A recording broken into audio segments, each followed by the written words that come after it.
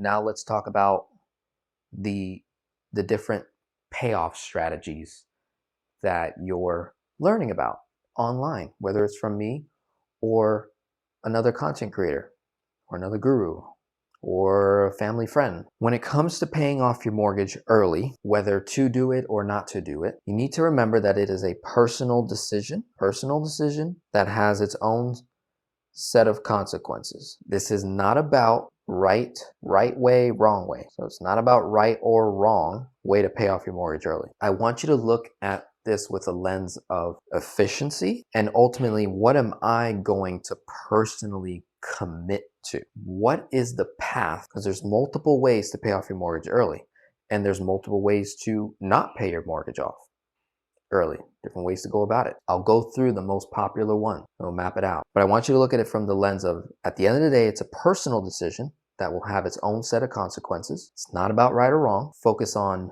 efficiency and ultimately, what are you going to commit to? What is the highest chance of you succeeding, not because of what the numbers say, but because it's something that you'll actually stick to. So I have clients that I work with that just do not understand the home equity line of credit thing and money in and money out. They just don't get it. So I'm not going to beat them over the head every single day on a phone call trying to get them to comprehend velocity banking. That would be irresponsible for me as a coach to do that for that person. There might be people in this room right here that are like, dude, I'm watching your videos for months and months and months. I don't get it. I'm not getting it. It's not clicking. I said, it's totally fine. It took me about 2 years for me to like fully get it before I started teaching it. Totally fine. Let's figure out the thing that you do understand and let's proceed with that. Do not have FOMO, okay? None of my content ever pushes people to do velocity banking. I simply show case studies. Here's a scenario, mama 4. Here's a scenario, mama 3. Here's a scenario, widow. Here's a scenario, divorced dad, divorced mom. Here's a scenario. Like, that's all I do all day long in my videos. You know this. I'm not trying to persuade, convince, sell you to do the strategy. I'm simply showing you, here's what's possible, here's what could be done, here's what this person did. And chances are, oftentimes, you relate because you're like, oh, I'm 40 years old, divorced, second marriage. Oh, I'm 50 years old, 5 years out from retirement, 3 kids, fully grown, husband, wife, single mom. You relate. So you're like, oh, okay, if that woman did it, that guy did it, I should be able to do it. I'll get it. And then you commit the time, and then finally the light bulb goes off and you're having yourself a blast and you're getting the results that you want. So no FOMO. It's not about right or wrong. Personal decision, its own set of consequences. Focus on efficiency, highest chance of success. So let's go through those different options. We have extra payments. Let's just assume everyone in the room here only has a mortgage in this example.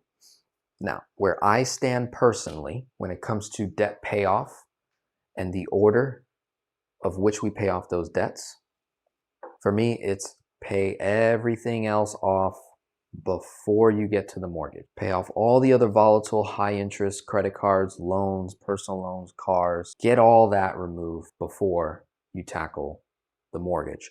Or if it's a consolidation move where you're going to wrap all these debts into a first lien HELOC, there could be a play there. There's some scenarios where that makes sense. You look at the overall average cost of interest and you wrap everything into one line of credit. Sometimes that makes sense. Sometimes it doesn't. Got to have a coach. Got to have somebody to run the numbers with so that you can process this. So in this example here, let's just assume all you have is a mortgage. The traditional, most popular way to accelerate your mortgage, making extra payments. So whatever leftover money you have, you're simply making an extra principal payment one time a month, typically around the end or beginning of a month, and you're plopping that right on your mortgage balance. Okay, that's a direct principal payment. The result is you're able to put that right into an amortization calculator and basically see how long it would take you to pay it off. Okay, the consequences, there could be some good, could be some negative here. Here's what to be aware of. And I'll I'll go through the risk. When you make an extra payment on your mortgage of your cash flow, let's say you're using 100% of your cash flow, the risk that you put yourself in is lack of liquidity for the most part. So during that time frame, and I'll also say this, opportunity cost. Those are the two main things. If all you're doing is making extra payments on your mortgage, especially if it's at an interest rate in the low 2s, 3s, 4s, 5s, when we've seen inflation be as high as double digits in the last few years, what happens is you're trying to pay down this payment with this extra money, and the opportunity that you missed is where that cash flow could have went during that period of time that you were paying off your mortgage. So if you would have taken that cash flow and, let's say, invested it, or even if you just saved it in a separate account, such as a whole life insurance contract, properly structured for high cash value, or a high yield savings, and earned 2, 3, 4%, whatever it is, bought some CDs along the way, you maintain liquidity and it gives you more options. So you lose liquidity when you're making extra payments, because guess what? Life will happen. So when life happens and your expenses increase because you have to do a roof repair, because you have to repair something in the backyard, because wife wants a new patio, because wife wants this, or because you want a new car, right? It's like always something comes up. All right, we got to take a vacation. It's been years since we've been on a vacation, Denzel, so we're going on a vacation. Da, da, da, da. Oh, Denzel, I have to buy this because, you know, things happen. Got to buy that. Guess what? You find yourself going into more debt somewhere else. So now you're borrowing more money from a credit card, or you're taking out a loan, or you're doing a home equity loan. And right about when all that happens, that's when those people find me. And that's you guys for the most part, right? Everybody has their moment where they found me because they're like, oh shoot, I hit a brick wall. And then you pray, boom, you find me, right? By no mistake does this happen. I've intentionally set myself up, and the Lord has set me up in such a way where the number one way people find me, especially those that are clients, is they pray. And then God reveals support. And then I come in and support you. I meet you where you're at and help you develop your plan on how to proceed. So let's say we've gotten to that point, and now it's a matter of deciding which direction we're going. When it comes to extra payments, that's the cost. So we have to hope nothing goes bad during the 5, 7, 9, 10 years, however long it takes to pay off that mortgage. Hope that nothing goes wrong, life doesn't happen, and you have this lack of liquidity, so you don't have any money set aside. And then the opportunity cost is maybe you could have earned more money than the cost of interest on your home. That's an argument to be made. If you invest, depending on how you invest, let's keep it simple. Say you get a brokerage account, so it's liquid. So you maintain liquidity.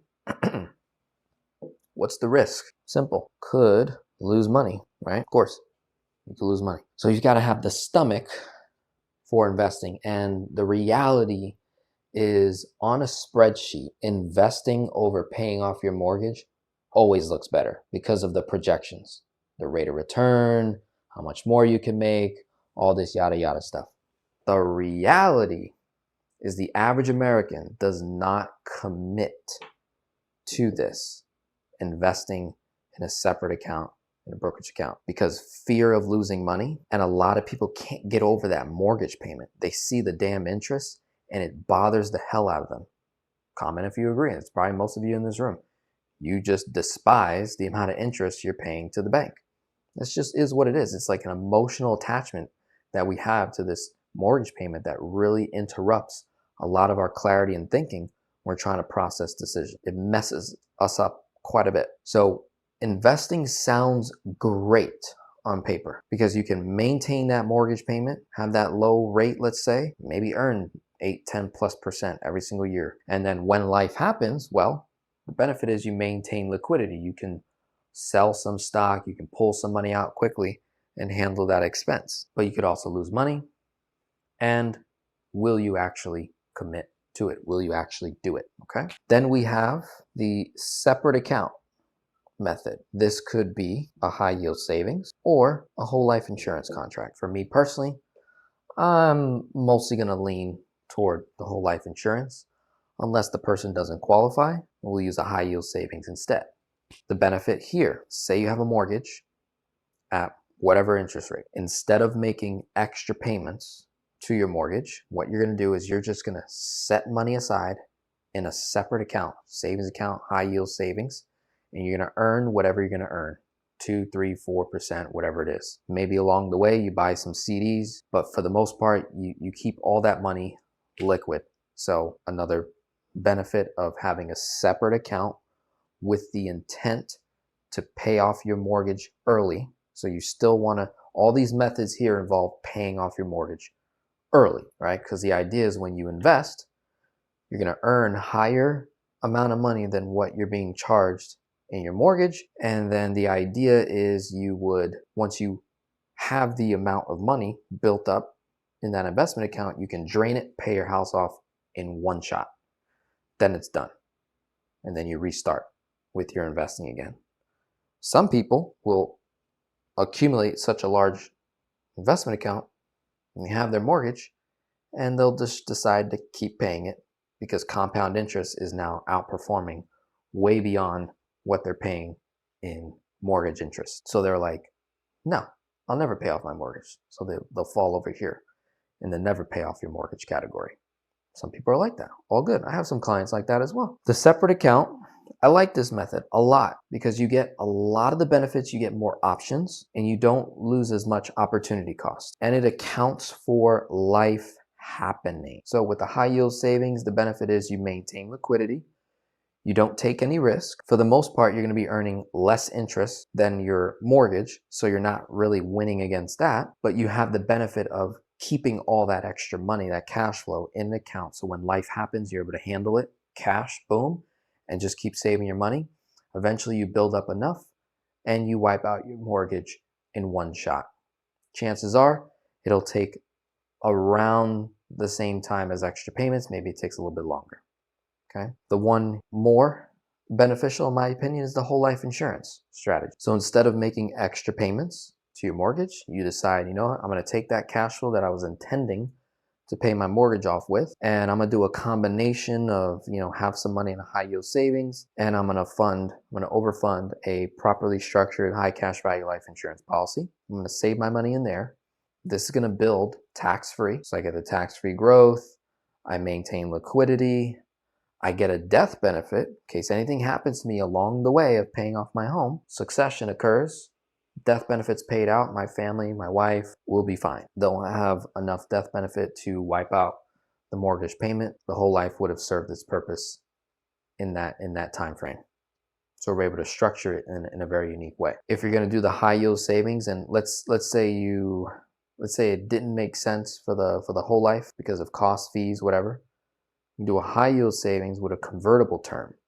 So maybe you buy some term insurance just to cover the balance of the mortgage, maybe a little bit more, and then the rest you keep in a high yield savings and you build it that way. So the separate account is cool. A lot of people on the internet talk about that. I'm going to start talking more about that. I have, but just with the whole life. I'm using that as my strategy. It will take longer than extra payments, no doubt about it, because there's a cost with this product, with the whole life. So it takes a little bit longer to pay your mortgage off, but you can argue you'll have more wealth, more money, more liquidity when it's all said and done. Okay. So separate account, invest, extra payments. And then we have velocity banking, of course. So that's going to be a HELOC, first or second position, PLOC, maybe business line of credit. Not so much on the business line of credit, honestly, but really the PLOC, home equity line of credit, first, second, and then credit cards. What's the benefit there? Well, you do maintain some liquidity, right? You're using debt first to make an extra payment towards something in advance, and then you're using your future cash flow to pay back the line of credit in smaller chunks. So let's say you made a chunk towards your mortgage and then life happened. Well, you still have your cash flow that's in the line of credit, and that's going to help you handle that life unexpected event. Okay. So with velocity banking, you maintain some liquidity. You are leveraging the daily average cost of interest every day. You're trying to shrink that timeline over extra payments. So when it makes sense, when the numbers work out, you're really focusing on speed a lot with Velocity Bank. You're maintaining liquidity, you're changing the way you pay bills and expenses, and you're recapturing cash flow along the way. Has a lot of benefits there. What are the risks with Velocity Banking? Well, the biggest risk is doing it wrong, I would say. I've had clients before that were using a very high rate line of credit to pay down a low rate debt, very low. It's too big of a gap. And I say, you're not doing anything. You're increasing your cost of money. So the biggest risk is doing it wrong because you don't understand the strategy, the math behind it. You don't understand what's going on. You haven't taken that time, and you watched 2 videos and decided to go try it out. I often say Velocity Banking is not something you just try out. This is something that you study first, build the relationships, do the pregame work, run the numbers, have some accountability, then we go implement. So that when you're implementing, even though you don't still fully know it, you're going to be so far ahead in the first move that we make because of all the pregame work. So you're removing the opportunities of failure when you set yourself up that way for success. Okay? So extra payments, that's going to be in the form of debt snowball, debt avalanche, cash flow index. You've got invest. That means you're going to invest your money first, pay off debt later. Okay? Separate account, you're going to put money in a separate account that's safe, can't lose money, safe, won't earn as much, but you maintain liquidity. Velocity Banking, different tools that you can use if and when it makes sense. It's a if and when it makes sense. Have to run the numbers. Has to beat extra payments no matter what. Has to be better than that. It can't be less. Has to be better. Biggest risk is potentially doing it wrong. And then I would say things that you can't control is interest rates, right? So we can say interest rates increasing. So maybe Velocity Banking made sense in COVID 2020, 2021, 2022, but then when rates started to go up 23, 24, 25, some people that locked in a very low rate car loan, low rate mortgage, it just didn't make sense. So what did I do with some of my clients? I said, hey, now it's time to turn off Velocity Banking. We're going to put that in our back pocket. We'll save it for later. And we can look at whole life instead, or have a separate account, or just simply save money. Okay? The final thing, no matter what strategy you choose, remember, it's not about right or wrong. Focus on efficiency. What out of these things, what am I, Denzel Rodriguez, most likely going to do and commit to? And when I know the risk involved of each strategy and which one gives me the most flexibility, the most options, that's going to be another decision factor. I'm going to go with the separate account, or I'm going to go with investing, Denzel, because that just gives me the most amount of options at play. I have a very low rate mortgage. It's not killing me, so I'm willing to do this. Perfect. A foundation, I think that's very helpful. Whichever you choose, I would have some sort of emergency fund. Even Dave Ramsey agrees with me on this. You want to have some money outside of the strategy. Some money. That could be 401k money because it's somewhat liquid. That could be a tangible asset that you could sell at any point. A collectible item, gold, silver. I want you to have some money off to the side that's outside of extra payments, investing, separate account, Velocity Bank, so that if and when life happens, you've got this separate money that could take care of that or help take care of it so it doesn't throw off our whole plan. It doesn't throw it off completely. I want you to keep that in. Now, these were all the strategies to pay off your mortgage early.